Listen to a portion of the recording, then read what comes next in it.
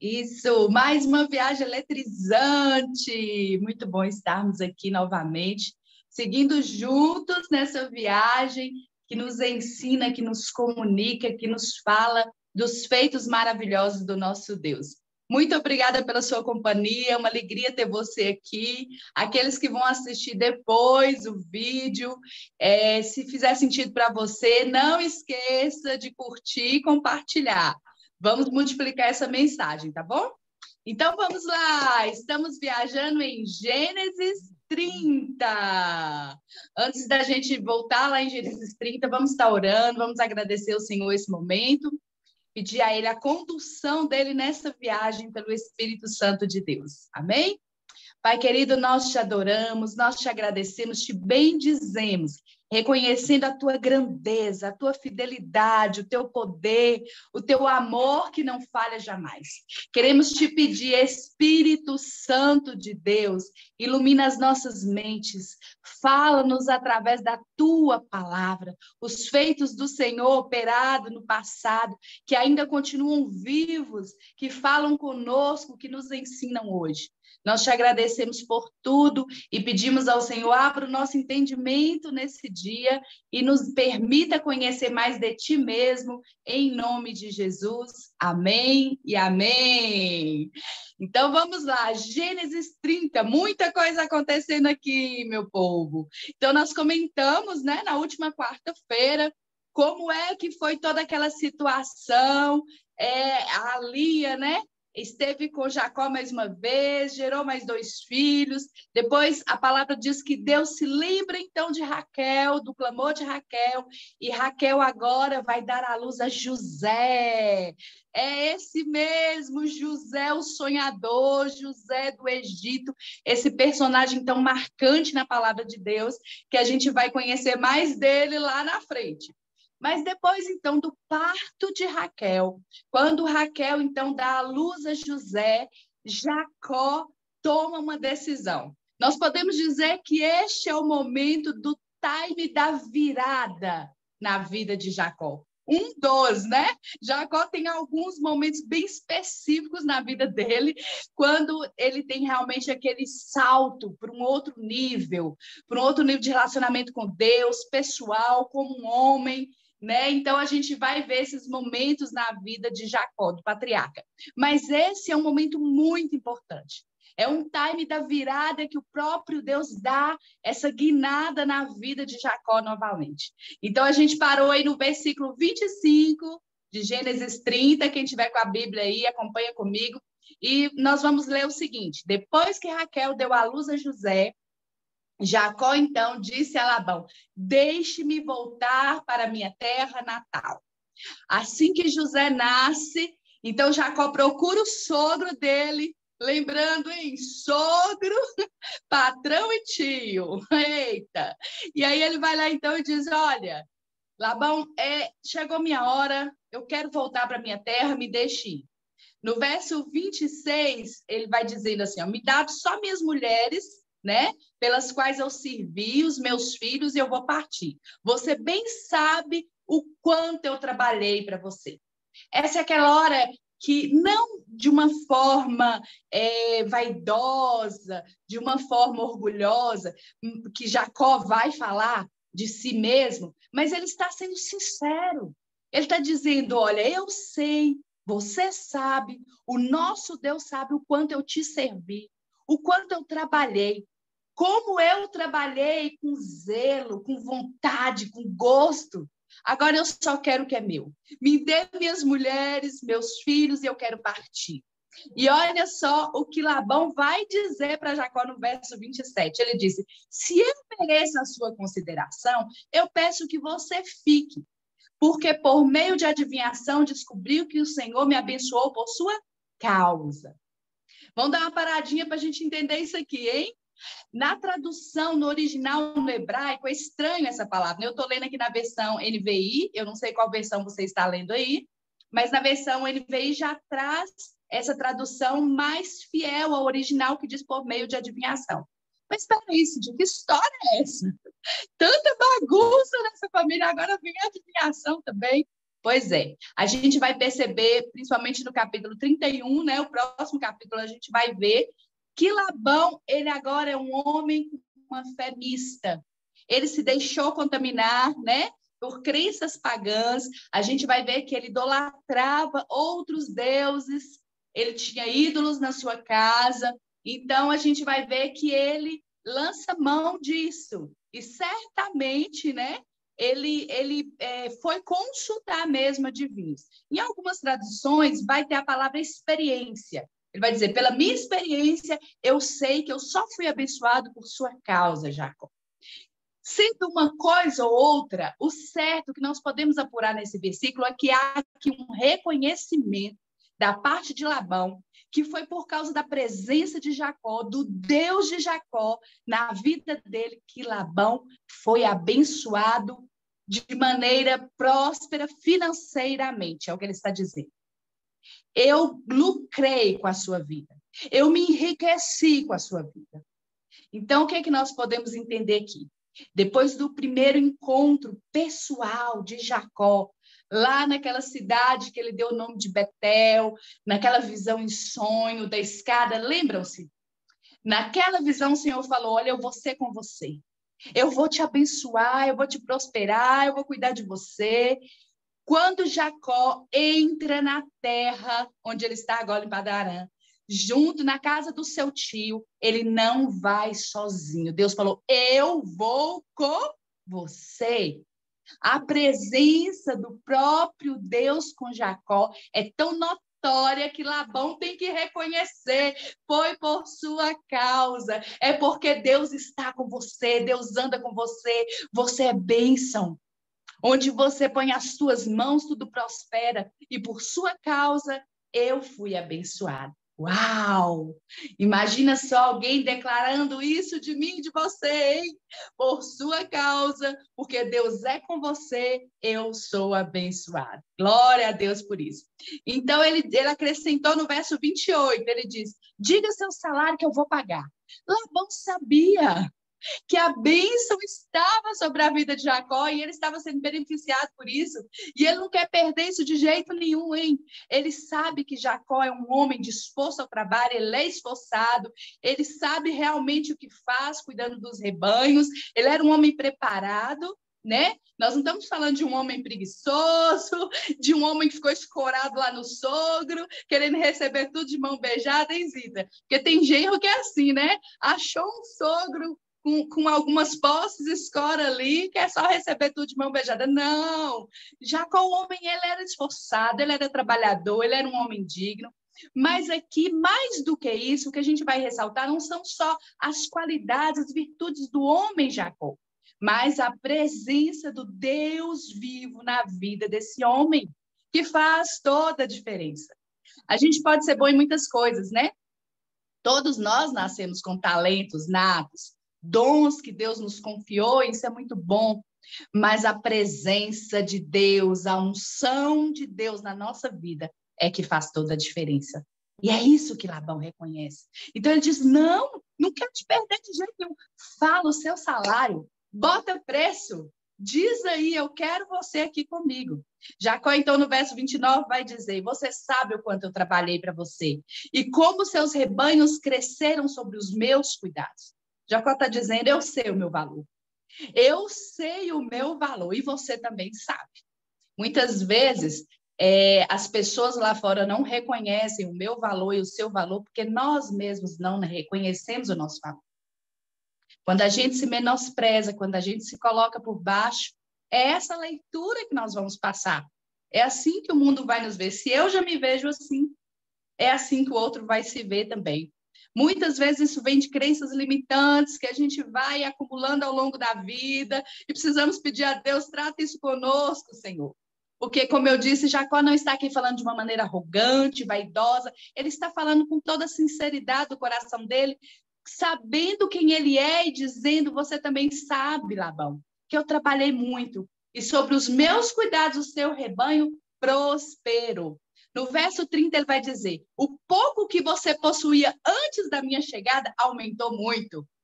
Ele diz, olha, não é que ele está jogando na cara de Labão, não. Se bem que ele podia até fazer isso, hein, Lila? 14 anos o homem trabalhou sem salário e trabalhou muito, mas ele está dizendo, eu quero que você reconheça que o que você tinha... Boa noite, Alcineia, que bom ter você aqui.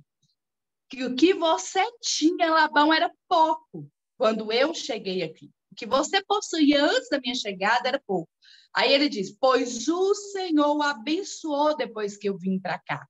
Contudo, quanto farei algo por você, o quanto eu vou fazer agora pela minha própria vida e pela minha família.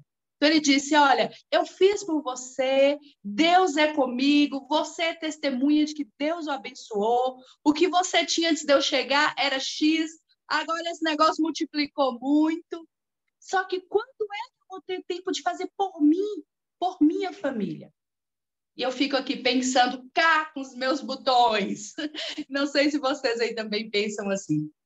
Quantas vezes, né? Tem uma canção que diz, eu me cansei trabalhando, queimando no sol, trabalhando na vinha que não era minha. Essa canção tem falado muito ao meu coração. Quantas vezes, né? Assim como Jacó está dizendo aqui, eu trabalhei para você, eu enriqueci você, mas o que eu tenho? Eu não tenho nada. E esse é o time da virada que Jacó diz, chega, agora é a minha vez, é a hora de eu trabalhar por mim, é a hora de eu olhar para a minha família. Eu tenho filhos, né? Jacó agora está com muitos filhos, 2 mulheres, mas 2 outras, né? Que são criadas, que estavam ali, que agora também são mulheres de Jacó. Uma família grande. Ele disse, eu preciso agora trabalhar por mim, pela minha família. Chegou a minha vez. Essa é a hora. Então, ele vai dizer, Labão vai falar, vai perguntar para ele, né? Vai no verso, deixa eu olhar aqui, verso 31, Labão pergunta, o que você quer que eu lhe dê? Não, para que ele fique, né? Ele diz, não me dê coisa alguma, respondeu Jacó. Voltarei a cuidar dos seus rebanhos e se você concordar com o acordo que eu vou te propor. Então, Jacó, naquela hora ali, ele vê que vai ser difícil sair das terras de Labão, então ele vai e propõe, ele tem um acordo para fazer com Labão. Olha só o acordo que Jacó propõe a Labão. Ele diz, hoje passarei por todos os seus rebanhos, Labão. Está no verso 32. Tirarei do meio dele todas as ovelhas salpicadas, as pintadas, todos os cordeiros pretos e todas as cabras pintadas e salpicadas. Eles serão o meu salário. Ele disse, olha, eu não quero que você me dê nada do que é seu em termos de valores, eu quero apenas que você me dê essa parte do rebanho. Para a gente entender o que está acontecendo aqui, naquela época esse rebanho não valia nada. Era a proposta mais louca que alguém poderia fazer depois de trabalhar 14 anos. Como assim? Da onde Jacó tira isso? O rebanho que tinha valor naquela época era o branquinho, hein, Zita? Só o branquinho, Alcineia, valia dinheiro. E ele está dizendo, eu não quero esse. Eu quero os pretos, os salpicados, os malhados, os manchados. É esse que eu quero. Pensa comigo, Erlane, da onde é que Jacó tirou essa ideia? Ele mesmo estava se auto-prejudicando. Como é que ele ia fazer com um rebanho que não tinha valor? Para quê? E aí, então, claro que Labão, naquela hora, vai topar. Eu vai falar, só isso? Né? E aí, Jacó ainda vai dizer, ó, e assim você vai ter prova da minha honestidade no futuro. Porque toda vez que você resolver verificar o meu salário, se tiver em meu poder alguma cabra que não seja salpicada, pintada, algum cordeiro que não seja preto, poderá me considerar um ladrão. Ele está dizendo, eu sou um homem de palavra, o que eu estou selando aqui com você, eu vou cumprir. Eu só quero isso. E se você me visitar lá no futuro, for olhar minhas terras e achar lá qualquer animal que não seja desses, eu serei um ladrão diante de você. Então, o acordo que Jacó faz aqui com ele parece meio incompreensível para a gente. Mas no verso 31 a gente vai entender por que Jacó faz essa proposta tão maluca para Labão. Labão, então, no verso 34 vai dizer, de acordo, Seja como você disse. Eu acho que antes dele terminar de fechar a boca, Zita, Labão deve ter falado assim, eu não perco essa oportunidade de jeito nenhum. Tá certo, certíssimo, fechou o acordo, pronto. É seu esse rebanho, hein? E aqui no verso 35 a gente vai ver o quão deturpado era o caráter de Labão, ou a falta dele, a falta de caráter de Labão. Se Jacó foi um dia conhecido como homem trapaceiro, hein, Lila? Ele não imaginava o PhD que era Labão nessa área de trapaça aí. O cara fez uma proposta dessa para Labão, irrecusável, né? Labão não ia perder nada, gente, nada, nada. Ele mesmo reconhece que foi muito abençoado pela vida de Jacó, mas olha o que ele vai fazer no versículo 35. Se alguém tiver alguma pergunta aí, algum comentário, vai pôr aí no chat, tá? Quero saber. Ele vai dizer assim no verso 35, olha, naquele mesmo dia, Labão separou todos os bodes que tinham listra, manchas brancas, todas as cabras pintadas, as manchadas de branco e todos os cordeiros pretos, e chamou seus filhos e pediu que os seus filhos viajassem 3 dias de viagem dali e levassem todo aquele rebanho. Meu Deus do céu, presta atenção no que está acontecendo aqui. Além dele não pagar o que era justo a Jacó, o acordo que Jacó fez com ele era só aquele animal que não tinha valor, pouquíssimo valor. Ele ainda pega todo aquele rebanho, dá para os filhos dele e manda ir para longe, Alcineia. Fala, leva para longe, Jacó. Quando no dia que Jacó foi procurar, cadê os cabritos pretos? Cadê as cabras listradas, malhadas? Não tinha nada. Labão trapaceou feio, passou a perna em Jacó de novo. Mas nós estamos falando... vocês conhecem alguém assim como Labão, hein? Conhecem, gente? Alguém já pensa aí, já ouviu falar alguma história de um ser humano desse jeito? De todo jeito a pessoa dá um nó, sabe aquele que chamado aqui em Minas a gente chama de nó cego? Todo jeito em Zita, ele acha uma maneira de se dar bem. É aquela pessoa que só quer levar vantagem, não importa o que ele faça. É isso que Labão fez. Já estava tão bom para ele o acordo, mas aí ele manda levar todos os animais. Jacó, então, né? No verso 30 e...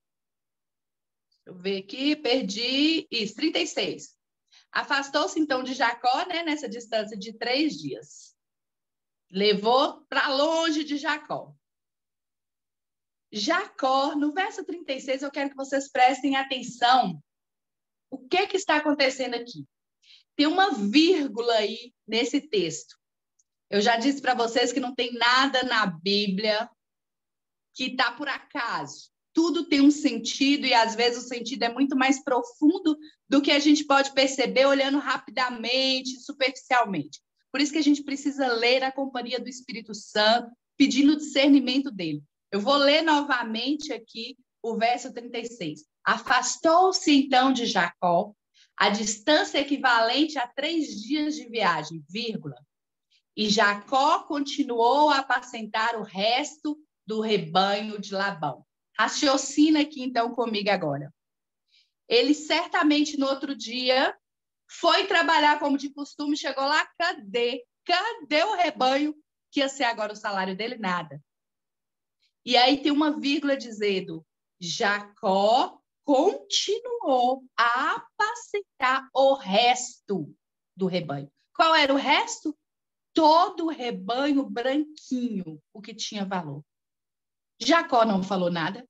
Jacó não deu piti, não fez escândalo, não partiu para a ignorância, não foi tirar satisfação com Labão. Ele continuou apacentando o resto do rebanho como se nada tivesse acontecido.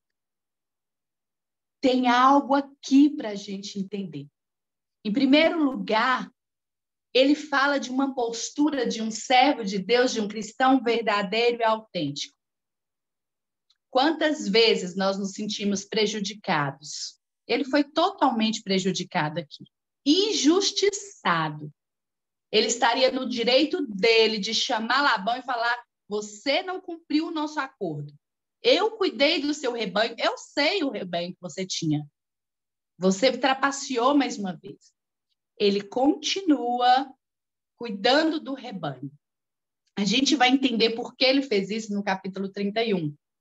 Mas eu já adianto para vocês, é porque quando um homem e uma mulher de Deus é injustiçado, a primeira coisa que ele tem que fazer antes de tirar satisfação com quem quer que seja, de agir no calor da emoção. Sabe aquele negócio que a gente escuta aqui? Não sei se aí na terra de vocês falam assim, sangue nos olhos, partir para cima com fúria, com raiva, hein, Zita? Vão quebrar tudo? Não. Vai para os joelhos. Vai dizer a quem é o dono da sua vida, a quem tem poder para te fazer justiça, porque a palavra diz que o Senhor é o Deus que faz justiça, Ele é o Deus que nos justifica. Diga para Ele. O Senhor diz que a vingança pertence a Ele, não é a nós. O Senhor nunca nos instruiu a agir dessa forma.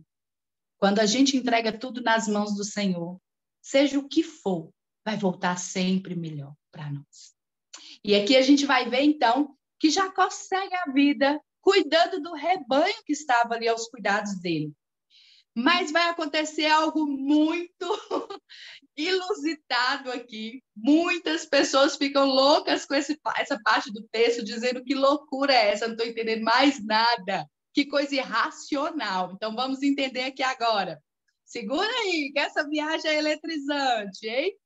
Aqui ele vai dizer, então, no verso 37, Jacó pegou galhos verdes e começou, então, a tirar a casca daqueles galhos de amendoeira e nele fez listras brancas, descascando parcialmente, expondo, assim, a parte branca interna dos galhos. Então, vamos entender? Ele pegou aqueles galhos, as varas, e começou a descascar, hein, Zita? Deixou uma parte verdinha, tirou a casquinha de outra, deixou branca e foi fazendo assim com aquelas varas. Onde está o sentido nisso, eu te pergunto? Vamos entender, hein? E depois que ele fez isso, no verso 39, depois que ele descascou, ele colocou aqueles galhos diante ali do lugar onde o rebanho ia beber água. Então, olha só, ele fez todo esse trabalho, depois ele fixou esses galhos descascados junto ao bebedor dos animais, na frente dos rebanhos. Está no verso 38 aí, tá bom? No lugar onde eles costumavam beber água. E na época do cio, os rebanhos vinham beber água, se acasalavam diante daquelas varas, daqueles galhos, e geravam filhotes listrados, salpicados e pintados. O que é isso, meu povo? É mágica! É superstição? O que é isso? Alguém vai dizer assim, mas peraí, o patriarca Jacó agora tá fazendo, tá com superstição, tá fazendo aí algum tipo de feitiço, de magia? Não. Eu gostaria que você abrisse ou anotasse aí Hebreus 11:1, porque nós vamos ler mais uma vez. Ora, a fé é a certeza daquilo que esperamos e a prova das coisas que não vemos. Se a gente estivesse com um professor aqui na sala de biologia, ele ia dizer para mim e para você que isso é impossível. Geneticamente não tem, Lila. Como uma ovelhinha branca, né, cruzando com outra ovelhinha branca, gerar uma malhada, uma listrada, uma pintada, uma colorida. Não existe isso na ciência, Zita. A ciência não faz isso. Então, o que está acontecendo aqui?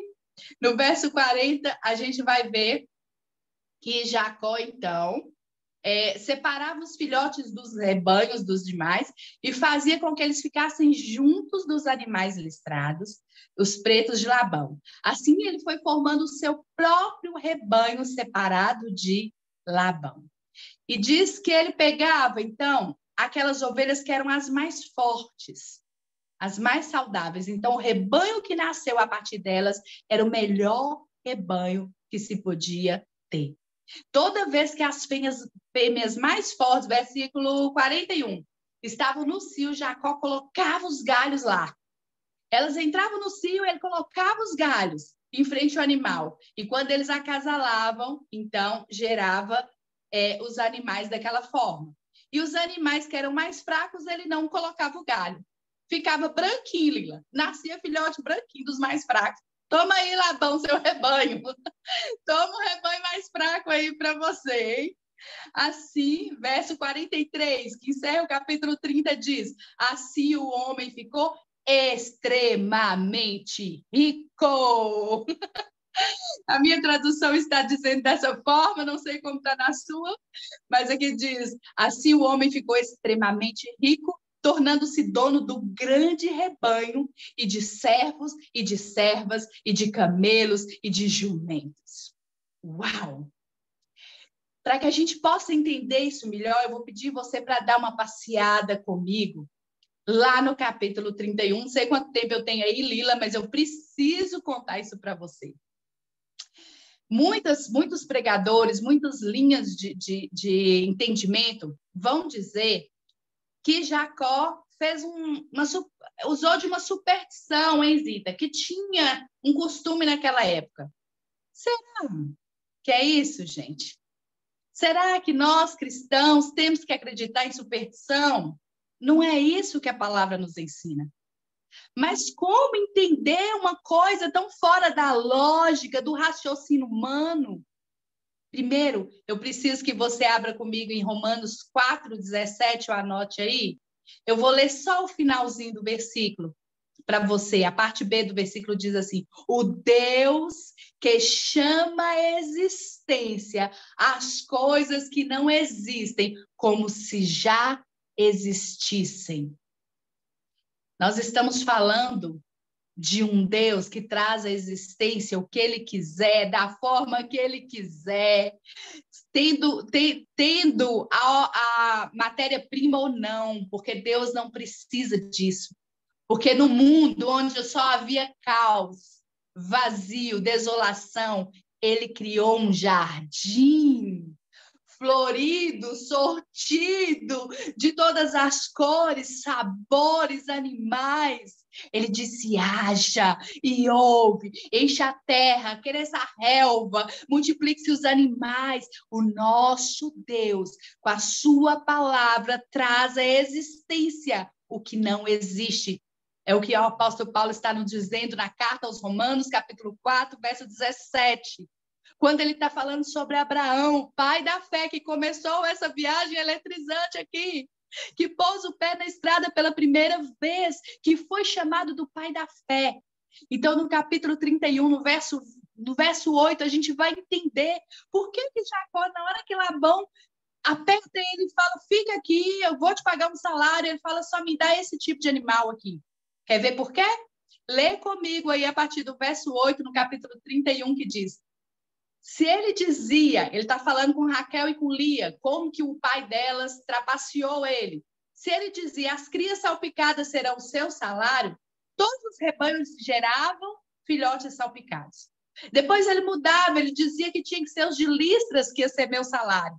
Todos os rebanhos, então, passavam a gerar filhotes de listra. Foi assim que Deus tirou os rebanhos do seu pai e os deu a mim. Jacó está dizendo: não foi superstição, não é ciência, é Deus, o Deus Todo-Poderoso. Não tinha como gerar de 2 animais branquinhos, salpicados e listrados. Deus o fez pelo seu poder. No verso 10, ele vai dizer: na época do acasalamento, eu tive um sonho, que eu olhei e vi os machos que fecundavam o rebanho, e eles tinham listra. Eles eram salpicados e malhados. Deixa eu te dizer algo. Aquelas varas ali não eram para os animais olharem e então serem induzidos a procriarem conforme aquelas listras. Era para Jacó olhar e nele a fé ardente crescer e ele começar a ver os machos. Ele diz que em sonho ele já via assim, os machos listrados, salpicados.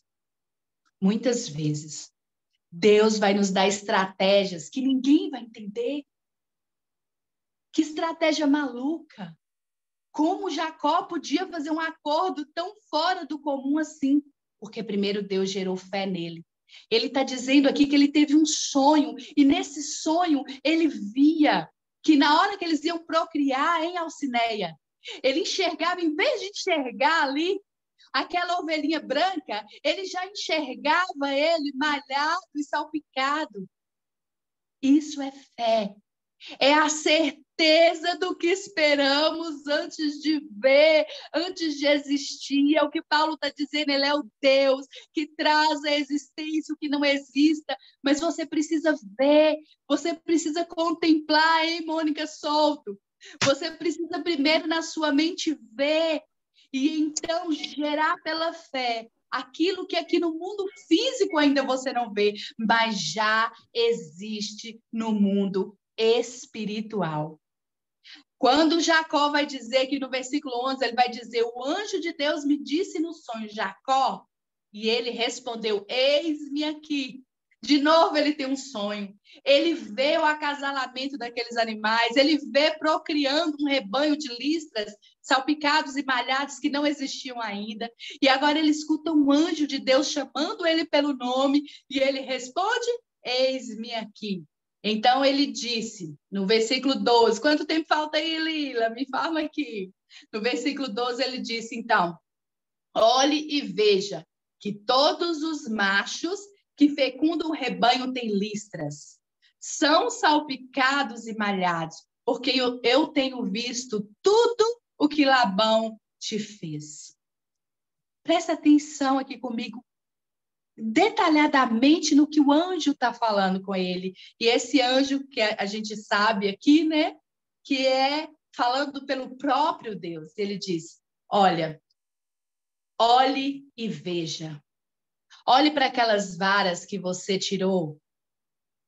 Agora veja os machos fecundando o seu rebanho e veja que eles têm listra. Olha para aquele macho branquinho, Lila, e enxergue as listras. Olha para aquele sonho da faculdade, já se enxergue com o diploma na mão. Olhe para aquele sonho da sua casa própria e sinta a chave na sua mão, escute o som, o barulho dessa chave. Olha para a sua empresa, aquele lugar, aquele terreno que você quer comprar, aquela sala mobiliada da sua empresa. Passeie por ela, olhe, enxergue os móveis, enxergue a cortina, enxergue os detalhes. Veja pela fé, é o que o anjo está falando a Jacó. Veja pela fé e traz à existência o que ainda não existe, Jacó. Veja aquele macho listrado, veja ele com manchas, veja ele salpicado e você vai ver a cria que vai nascer dele. E o anjo disse, porque eu tenho visto tudo que Labão lhe fez. Eu acho que a gente vai ter que encerrar aqui, mas eu quero dizer para mim e para você, não importa o que tenham te feito, o que me fizeram. Deus está vendo. Não vamos correr atrás de justiça própria, hein, Zita? Nós não precisamos disso. Nós somos os filhos e as filhas amadas do Senhor. Nós temos um Deus que peleja por nós. Nós temos um Deus que é estrategista, que vai nos dizer coisa que ninguém vai entender, Zita. Por que ela está cantando? Por que ela está falando assim? Por que agora ela está trabalhando? Por que agora ela está escrevendo? Por que agora ela está fazendo assim? Porque o Senhor o fez. Na nossa vida, todo o operar, o querer e o operar vem de Deus. Amém?